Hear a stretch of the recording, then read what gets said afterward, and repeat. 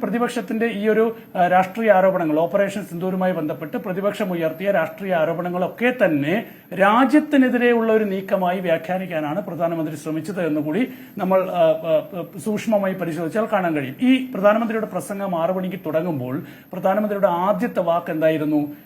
ഞാൻ ഇവിടെ നിൽക്കുമ്പോൾ ഞാൻ രാജ്യത്തിന്റെ പക്ഷത്ത് നിന്നുകൊണ്ടാണ് സംസാരിക്കുന്നത്.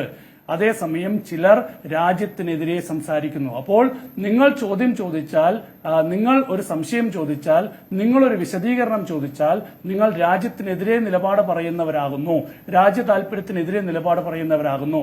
പാകിസ്ഥാനുമായി കോൺഗ്രസിന് അടുത്ത ബന്ധമുണ്ട് എന്നാണ് പ്രധാനമന്ത്രി നരേന്ദ്രമോദി ആവർത്തിച്ച് പറയുന്നുണ്ടായിരുന്നത്. അത് നെഹ്റുവിന്റെ കാലം മുതൽ, അതായത് ജവഹർലാൽ നെഹ്റു, ഇന്ത്യയുടെ ആദ്യ പ്രധാനമന്ത്രിയായിരുന്ന ജവഹർലാൽ നെഹ്റുവാണ് പാകിസ്ഥാന് കൂടുതൽ സഹായം നൽകിയത്.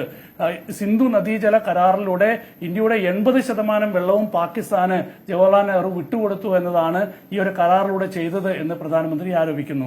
മാത്രമല്ല ചൈനയ്ക്ക് 38,000 സ്ക്വയർ കിലോമീറ്റർ ഏരിയ വിട്ടുകൊടുത്തത് നെഹ്റു ആണെന്ന് ആരോപിക്കുന്നു. നെഹ്റുവിന്റെ തെറ്റായ നിലപാടുകളാണ് ഇന്ത്യയെ ദുർബലപ്പെടുത്തിയതെന്നും ഇന്ത്യക്ക് കശ്മീരിന്റെ ഭാഗമൊക്കെ തന്നെ നഷ്ടപ്പെടാനുള്ള കാരണം നെഹ്റു ആണ് എന്നും പറഞ്ഞുകൊണ്ട് ഇന്നലെയും ഇന്നുമായി ചർച്ചയിലൊക്കെ തന്നെ ഉയർത്തിയ ചോദ്യങ്ങൾ മൂടിമറയ്ക്കാനാണ് പ്രധാനമന്ത്രി ശ്രമിച്ചത്.